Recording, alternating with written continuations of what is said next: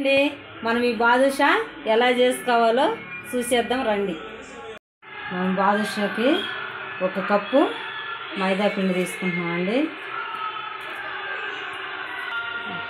1 చిటికెడు baking soda, 1 చిటికెడు ఉప్పు. స్వీట్లో ఉప్పు వేసుకుంటే మంచి టేస్ట్ వచ్చింది. ఇది మనం కలుపుకొని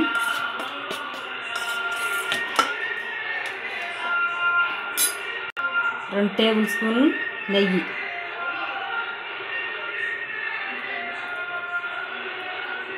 వేసుకొని మంచిగా కలుపుకోవాలి. ఈ విధంగా మంచిగా కలుపుకోవాలండి. కలుపుకొని మనకి ఇట్లా పట్టుకుంటే ఇట్లా ముద్దకు రావాలి. ఇట్లా ముద్దకు వస్తేనే మనకి సరిపోయినట్టు నెయ్యి. ఇప్పుడు మనము మామూలు వాటర్ కొన్ని పోసుకొని కలుపుకోవాలి. ఎక్కువ మొత్తం ఒకసారి వేయకుండా చూసి వేసుకోవాలి వాటర్.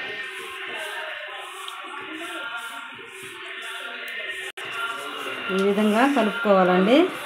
మన చపాతీ పిండిలాగా అంత గట్టిగా కాకుండా అంత లూజుగా కాకుండా కలుపుకోవాలి. చూసుకొని కలుపుకోవాలి. మనం ఈ విధంగా కలుపుకొని దీన్ని పక్కన పెట్టుకోవాలండి మూత వేసి. ఈ లోపల మనము చక్కెర స్టవ్ ఆన్ చేసి కళాయి పెట్టుకొని 1 కప్పు చక్కెర వేసుకున్నాం.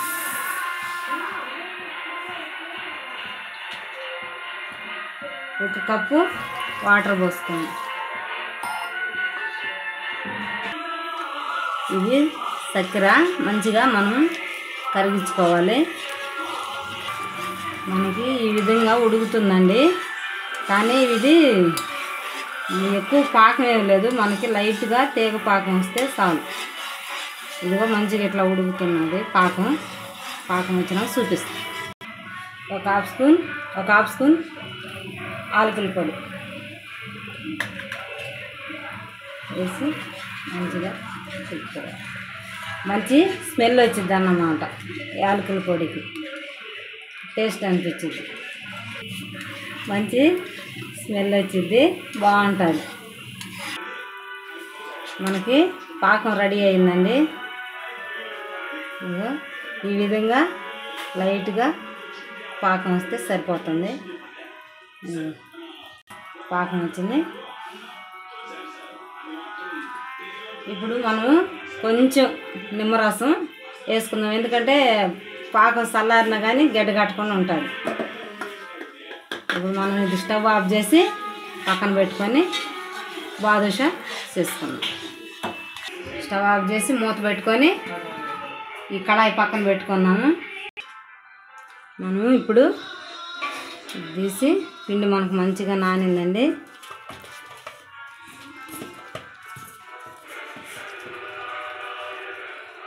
మనం చిన్న బాల్స్ లాగా చేసుకొని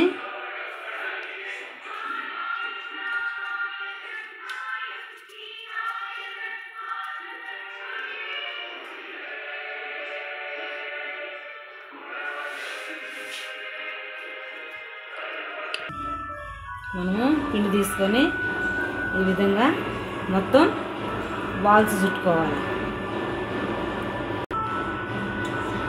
ఈ విధంగా చేసుకొని పెట్టుకోవాలండి. ఇంకా మిగిలిన పిండి అంతా అట్లానే తీసుకోవాలి. మనకి ఈ విధంగా అయితే అన్నీ చుట్టు పెట్టుకోవాలండి. నాకు 1 కప్పుకి 9 అయినాయి. 1 కప్పు పిండికి ఈ విధంగా అన్నీ రెడీ చేసి పెట్టుకోవాలి. మనం కడాయి పెట్టుకొని డీప్ ఫ్రైకి సరిపోయినంత ఆయిల్ పోసుకోవాలండి. ఆయిల్ వేడెక్కినాక అది వేసుకోండి. ఎక్కువ వేడెక్కొద్దండి, లైట్గా సిమ్లో పెట్టుకొని కొంచెం వేడెక్కితే వేసుకోవాలి. మనం ఆయిల్ వేడెక్కిందండి. ఇప్పుడు మనము వేసుకుందాం. ఒక్కొక్కటి వేసేసుకుందాం.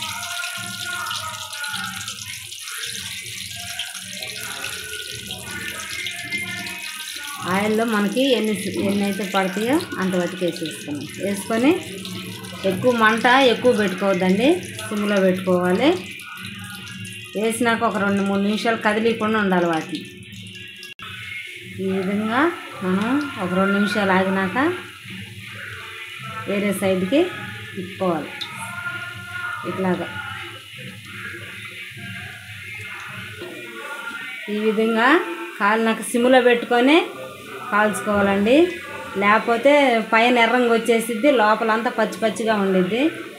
ఇంకొక పక్కకి టర్న్ చేసుకోవాలి. వీటిని చూసారా, మనకి స్వీట్ షాప్లో ఎలా ఉంటాయో పొరలుగా ఎలా ఉన్నాయో ఇలా వస్తాయి. సిమ్లో పెట్టుకొని కాల్చుకోవాలి.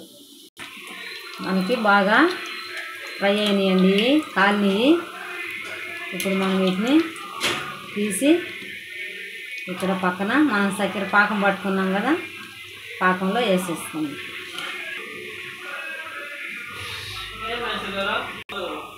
మనకి ఇవి కాలిపోయినాయండి. స్టవ్ బంద్ చేసుకొని మనం ఈ చక్కెర పాకంలో వేసేసుకుందాం. కొంచెం వేడిగా ఉన్నప్పుడే వేసేసుకోవాలి.